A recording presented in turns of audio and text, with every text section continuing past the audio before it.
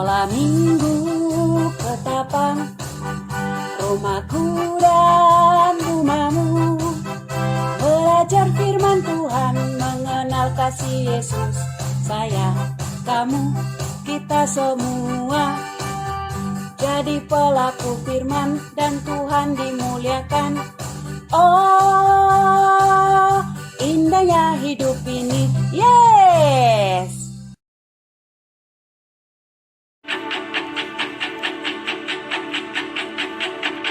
Come on now, let's open up the book. Puji kebesaran-Mu, ajaib Tuhan, ajaib Tuhan,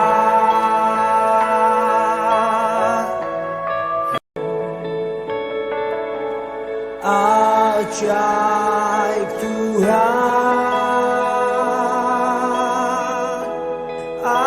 ajaib Tuhan.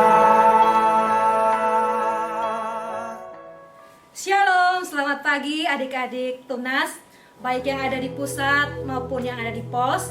Begitu juga shalom, selamat pagi untuk ibu, bapak, ibu guru sekolah minggu yang setia mengajar, mendampingi anak-anak sekolah minggu. Kita bersyukur bahwa kita masih bisa beribadah walaupun kita lakukan di rumah kita masing-masing. Tapi kita percaya bahwa Tuhan hadir di mana-mana, dan mari kita mau memiliki sikap untuk datang beribadah.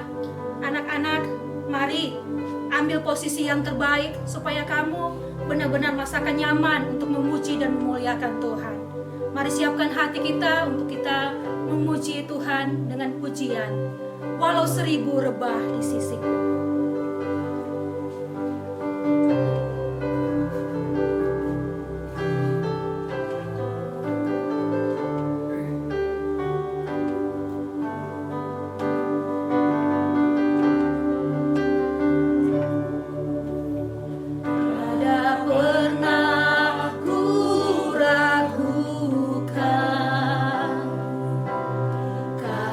Setiamu ya Tuhan.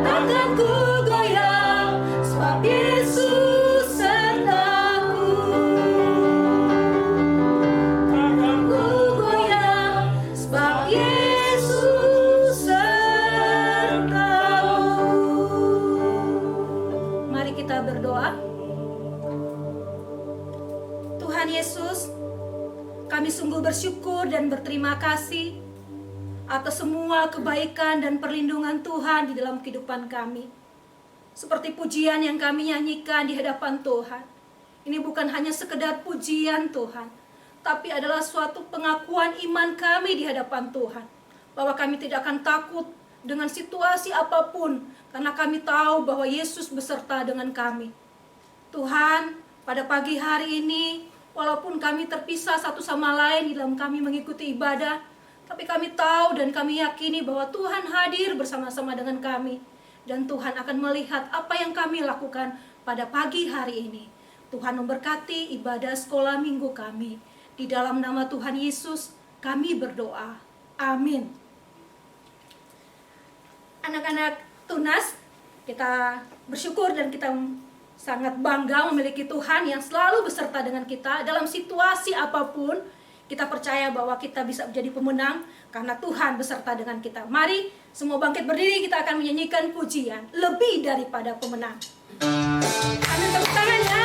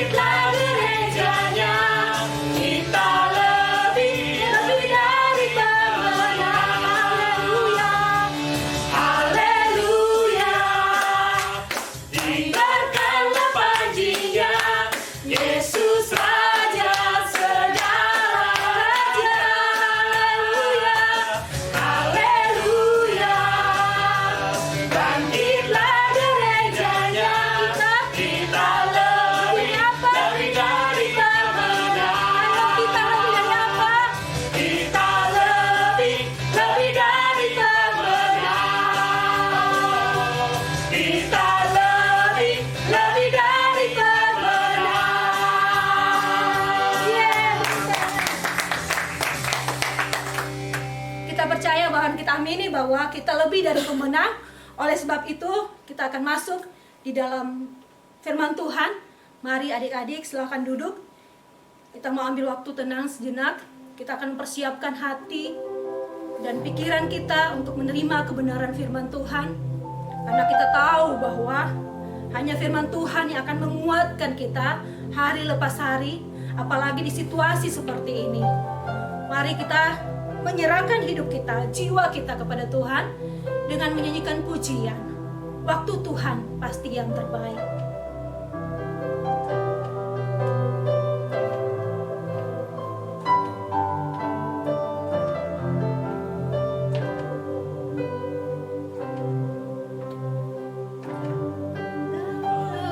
Izinkan sesuatu terjadi. Ku percaya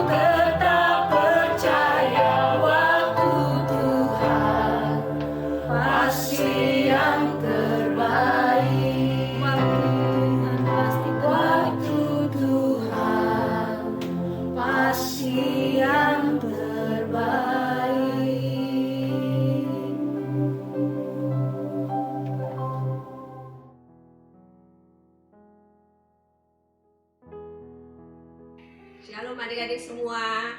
Sebelum kita mendengarkan firman Tuhan, mari kita berdoa. Tuhan Yesus, sebentar kami hendak merenungkan sebagian daripada firman Tuhan. Tuhan, tolong kami, berbicaralah pada kami. Penuhi kami dengan Roh-Mu yang kudus, supaya kami mengerti kebenaran firman Tuhan, mengerti apa yang ingin Tuhan katakan kepada kami. Terima kasih Tuhan, kami mau serahkan jam ini hanya dalam tangan Tuhan saja. Hanya dalam nama Tuhan Yesus kami berdoa. Amin. Mari kita membaca bersama-sama firman yang diambil dari Lukas 8 ayat 4-15. Perumpamaan tentang seorang penabur. Ketika orang banyak berbondong-bondong datang, yaitu orang-orang yang dari kota ke kota menggabungkan diri pada Yesus, berkatalah ia dalam suatu perumpamaan. Adalah seorang penabur keluar untuk menaburkan benihnya. Pada waktu ia menabur, sebagian benih itu jatuh di pinggir jalan lalu diinjak orang dan burung-burung di udara memakannya sampai habis. Sebagian jatuh di tanah yang berbatu-batu, dan setelah tumbuh ia menjadi kering karena tidak mendapat air. Sebagian lagi jatuh di tanah semak duri, dan semak itu tumbuh bersama-sama dan menghimpitnya sampai mati. Dan sebagian jatuh di tanah yang baik, dan setelah tumbuh berbuah 100 kali lipat. Setelah berkata demikian, Yesus berseru, "Siapa mempunyai telinga untuk mendengar, hendaklah ia mendengar." Murid-muridnya bertanya kepadanya, "Apa maksud perumpamaan itu?" Lalu ia menjawab, "Kepadamu diberi karunia untuk mengetahui rahasia kerajaan Allah, tetapi kepada orang-orang lain hal itu diberitakan dalam perumpamaan, supaya sekalipun memandang mereka tidak melihat dan sekalipun mendengar mereka tidak mengerti." Inilah arti perumpamaan itu. Benih itu ialah firman Allah. Yang jatuh di pinggir jalan itu ialah orang yang telah mendengarnya, kemudian datanglah iblis lalu mengambil firman itu dari dalam hati mereka, supaya mereka jangan percaya dan diselamatkan. Yang jatuh di tanah yang berbatu-batu itu ialah orang yang setelah mendengar firman itu, menerimanya dengan gembira. Tetapi mereka itu tidak berakar. Mereka percaya sebentar saja dan dalam masa pencobaan mereka murtad. Yang jatuh dalam semak duri ialah orang yang telah mendengar firman itu dan dalam pertumbuhan selanjutnya mereka terhimpit oleh kekhawatiran dan kekayaan dan kenikmatan hidup sehingga mereka tidak menghasilkan buah yang matang. Yang jatuh di tanah yang baik itu ialah orang yang setelah mendengar firman itu menyimpannya dalam hati yang baik dan mengeluarkan buah dalam ketekunan. Sebelum kita merenungkan firman Tuhan ini, mari kita saksikan bersama video yang berikut.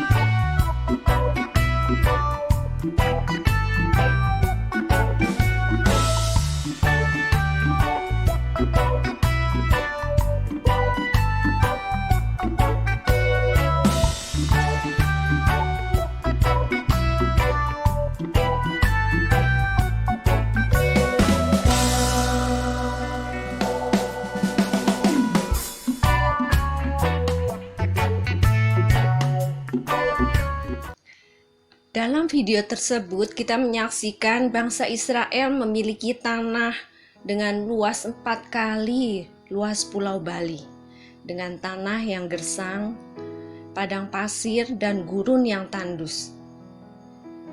Tapi mereka bisa menanam berbagai macam sayuran dan buah-buahan, bahkan menjadi penjual buah-buahan dan sayur-sayuran terbesar keempat di dunia. Bagaimana cara mereka menanam sehingga tumbuh dengan subur di tanah padang pasir yang gersang itu? Mereka tidak berdiam diri dan menyerah dengan keadaan tanah mereka.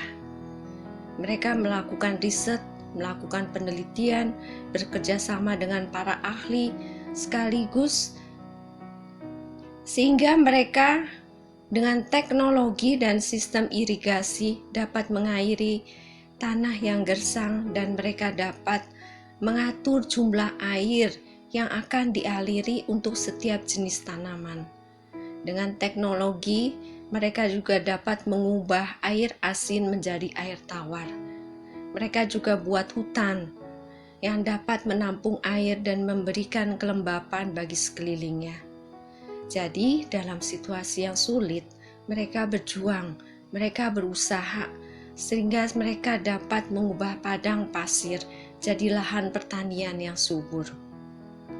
Nah, dari kisah penabur yang baru kita baca, ada begitu banyak orang berbondong-bondong datang kepada Yesus. Apa yang Yesus lakukan?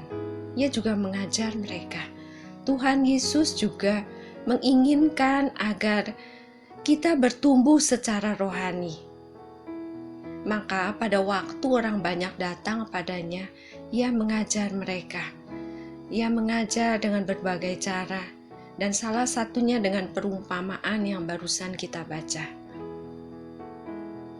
Sebagai penabur, Yesus itu adalah penabur.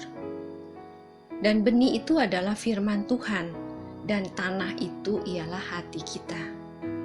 Dalam perumpamaan ini, ada benih yang jatuh di pinggir jalan, di tanah yang berbatu, ada yang bersemak duri, ada yang jatuh di tanah yang baik.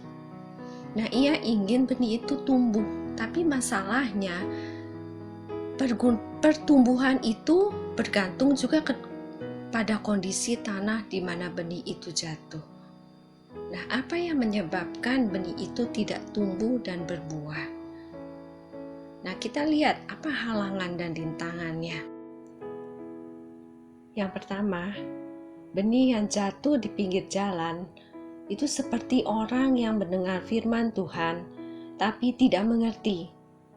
Firman yang didengar dengan cepat dirampas iblis dan dilupakan, sehingga jauh dari kehidupan mereka.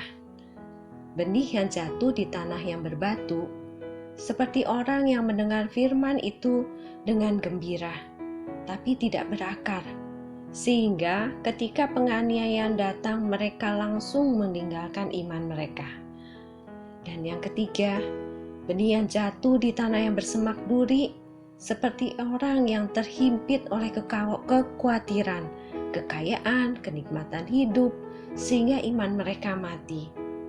Sedangkan benih yang keempat, yang jatuh di tanah yang baik, seperti orang yang mengerti firman Tuhan, firman itu berakar, bertumbuh dalam hatinya, sehingga terpancar buah roh di dalam kehidupannya. Nah, kehidupan yang memancarkan buah roh itu tidaklah didapat dengan mudah. Perlu perjuangan dan ketekunan. Nah, sekarang masalahnya, bagaimana supaya kita memiliki kehidupan yang berbuah itu? Nah, lalu bagaimana cara mengatasinya? Bagaimana caranya supaya benih itu bisa tumbuh? Pertama, lawanlah. Kalau kita malas ke gereja karena nggak suka dengan puji-pujiannya, atau nggak suka dengan guru sekolah minggunya, malas baca firman Tuhan, atau hati kita penuh dengan hal-hal buruk seperti kekhawatiran, sakit hati, hanya suka kenikmatan dan kesenangan hidup, apakah kita akan menyerah dengan semuanya itu dan hanya mengikuti kesenangan hati kita saja? Dalam 1 Petrus 5 ayat 8 dan 9 berkata, "Sadarlah dan berjaga-jagalah, lawanmu si iblis berjalan keliling sama seperti singa yang mengaum-ngaum dan mencari orang yang dapat ditelannya." Iblis berjalan keliling untuk membuat kita tidak bertumbuh secara rohani. Untuk itu kita harus melawannya dengan iman yang teguh. Kalau udah waktu berhenti main game, kita harus mendisiplinkan diri kita. Kita harus berhenti. Kalau kita malas datang ke gereja saat teduh atau merenungkan firman Tuhan dan berdoa, kita juga harus melawannya. Kalau hati kita penuh dengan sungut-sungut, bagaimana melawannya? Yaitu dengan bersyukur. Kalau ada kemarahan, sakit hati terhadap seseorang, maafkanlah. Jangan biarkan hati kita dipenuhi oleh hal-hal buruk tanpa kita berusaha melawan atau membuangnya. Yang kedua, supaya kita bertumbuh, kita perlu air. Seperti bangsa Israel juga memerlukan air sebagai hal yang penting untuk pertumbuhan. Mereka tahu bagaimana mengubah tanah yang tandus dengan sistem irigasi. Demikian juga kita akan dapat bertumbuh kalau kita memiliki Yesus sebagai air hidup yang terus mengalir dalam hati kita, sehingga hati kita yang kering dapat merasakan kehadiran Tuhan dalam hidup kita. Seperti orang-orang Israel yang datang berbondong-bondong karena merasakan ada yang berbeda dalam pengajaran Yesus. Nah, biarkan Yesus berbicara kepada kita, menolong kita mengatasi masalah-masalah kita. Nah, sekarang masalahnya tergantung daripada kita. Bagaimana dengan kita? Maukah kita membiarkan Yesus berkarya dalam hati kita, sehingga hati kita menjadi tanah yang subur, yang menghasilkan buah? Itu tergantung pada kita. Keputusan ada di tangan kita. Yang terpenting ada Yesus dan jangan menyerah. Setiap kesulitan dapat kita tanggung di dalam Yesus yang memberikan kekuatan kepada kita. Nah, sekarang keputusan ada di tangan kita. Mau membiarkan Yesus berkarya atau tidak, itu tergantung pada kita. Nah, saya akan menutup dengan kisah daripada Ayub. Nah, seperti Ayub pada waktu dicobai iblis. Iblis mengambil harta, anak, kesehatan Ayub, dan terakhir istrinya menyuruh Ayub mengutuki Allah dan matilah, katanya. Nah, dalam kesemuanya itu Ayub tetap bertahan dan tidak mengingkari kepercayaannya kepada Allah. Bahkan setelah pencobaan ini, malah Ayub berkata dalam Ayub 42 ayat 5, Ayub berkata, "Hanya dari kata orang saja aku mendengar tentang engkau, tetapi sekarang mataku sendiri memandang engkau." Jadi, setiap kesulitan jangan membuat kita menyerah. Lawanlah. Dan dalam pergumulan itu, kita tidak sendiri. Tuhan akan menolong kita dan membuat kita bertumbuh dalam iman dan dalam pengenalan akan Tuhan. Amin.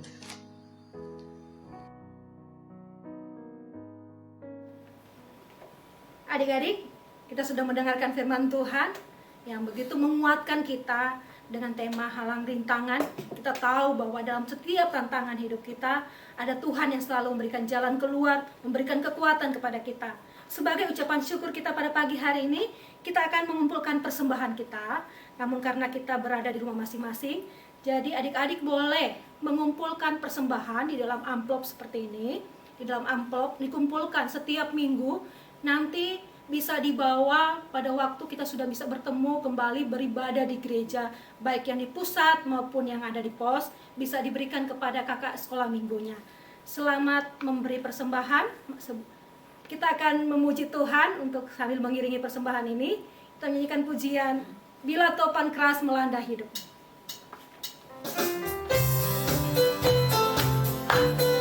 Kita percaya bahwa berkat kita adalah berasal daripada Tuhan.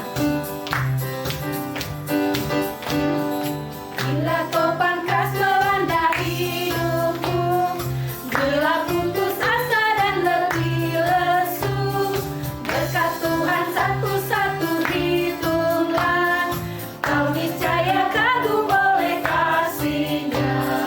Berkat Tuhan mari hitunglah, kau kan kagum oleh kasih-Nya.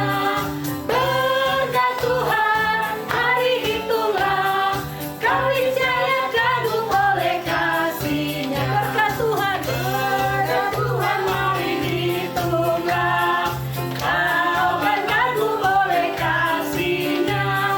Berkat Tuhan mari hitunglah, kau niscaya kagum oleh kasih-Nya. Terima kasih untuk adik-adik yang sudah mengumpulkan persembahan di dalam amplop. Mari kita berdoa untuk persembahan kita dan juga kita mendoakan untuk bangsa negara kita. Mari kita berdoa. Tuhan Yesus, kami sudah mengumpulkan persembahan kami. Kami tahu Bapa bahwa persembahan yang kami miliki saat ini dan kami berikan kepadamu adalah pemberian Tuhan bagi orang tua kami, dan kami boleh kembalikan pada pagi hari ini untuk Tuhan. Tuhan berkati setiap persembahan yang kami kumpulkan. Tuhan berikan hikmat, kebijaksanaan kepada majelis, pimpinan gereja, supaya mereka boleh mengelola setiap keuangan ini, boleh menjadi berkat bagi kami semua. Pada pagi hari ini juga Tuhan, kami berdukung di dalam doa untuk orang tua kami, untuk papa dan mama kami. Tuhan, di situasi seperti ini, kami tahu ada begitu banyak ekonomi keluarga yang goncang Tuhan. Bukan hanya ekonomi keluarga, tapi ekonomi bangsa negara kami. Tapi kami tahu bahwa berkat itu sumbernya daripada Tuhan. Maka Tuhan akan mencukupi dan memberkati dengan cara Tuhan kepada orang tua kami, baik dalam pekerjaan dan usaha mereka. Tuhan, kami juga senantiasa memohon, karuniakanlah kesehatan kepada orang tua kami, sehingga mereka boleh melakukan setiap pekerjaan dan usaha mereka dengan baik. Bapa, pada pagi hari ini kami juga menyerahkan untuk bangsa negara kami. Kami tahu Tuhan situasi begitu sulit, lebih khususnya untuk Pak Presiden, Pak Jokowi di dalam mengambil setiap keputusan ataupun tindakan. Berikan hikmat, kebijaksanaan kepada hamba-Mu, sehingga dia boleh melakukannya dengan baik Tuhan. Kami juga menyerahkan Tuhan untuk tenaga medis yang sungguh berperan di dalam situasi ini. Tuhan lindungi dan berkati mereka. Apapun yang menjadi harapan mereka dan juga kebutuhan mereka, terlebih khususnya untuk APD, untuk alat-alat medis yang lainnya Tuhan. Mari Engkau yang mencukupkan dan memberkati. Terima kasih Tuhan, kami menyerahkan juga untuk gereja kami. Tuhan berkati baik yang ada di pusat maupun yang ada di pos. Tuhan berkati setiap rohaniawan, setiap majelis yang ada. Berkati juga untuk kakak-kakak sekolah minggu kami Tuhan. Terima kasih Tuhan, kami bersyukur dan berterima kasih. Di dalam nama Tuhan Yesus kami berdoa. Amin. Kita menyanyikan pujian Bapa, terima kasih.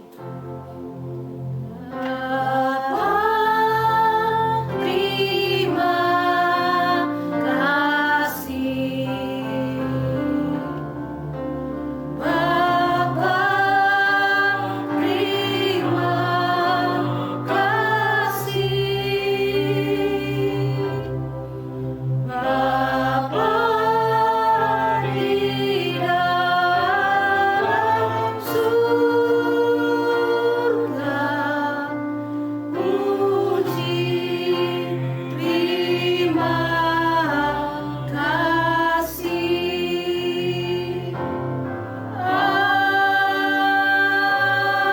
Amin. Selamat hari Minggu untuk anak-anak.